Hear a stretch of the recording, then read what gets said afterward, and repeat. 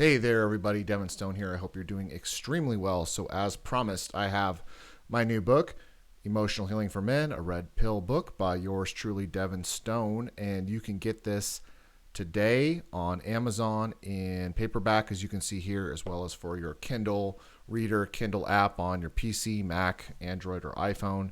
And as promised, I'm going to continue reading it for you here for free online. So, you'll get the information. Please go and purchase a version of the book to help support the show. Also will help you reference back to it. I think you'll be best served by the material in this jam-packed life's work anthology here. And at minimum, as I read this to you in sections, I'm going to go through. This will be part 2 of the series. At minimum, you can leave me a review. Because, hey, if you get some value out of this, that's enough to leave me a review on Amazon, and I would greatly appreciate it. So, anyway, let's go on to section 2, a manifesto. I'm going to skip over the how to find me section, because most of you know how to do that on devinstone.net, and that's right down there in case you are interested. So, I will read this to you today for part 2, my opening monologue, a manifesto in emotional healing for men. There it is again.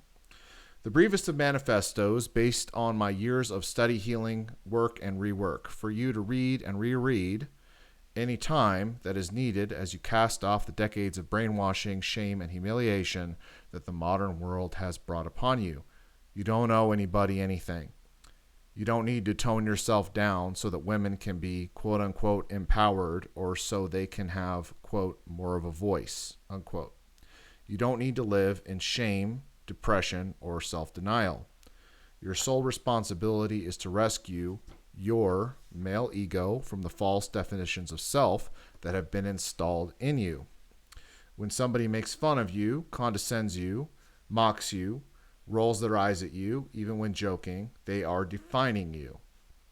They are operating from an assumed definition of you. This is commonplace.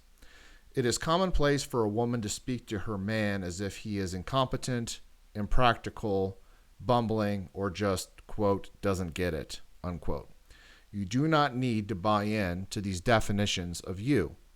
Do not let other people define you. Go along to get along with other people's definitions of you at your own peril. You don't owe it to society to date a woman you are not attracted to. You don't owe it to equality to let your woman condescend you or boss you around. Your tastes, likes, hobbies, interests, friends, and goals matter. You matter, and you must matter first and foremost to yourself. So here's, that was my brief manifesto, all about empowering men, taking yourself back. And this is very similar to the kind of messages that, feminists and women are encouraged to give themselves today. So I hope that my version of that for you guys was useful to you. So I will speak to you next time, and thanks for joining. Have a great day.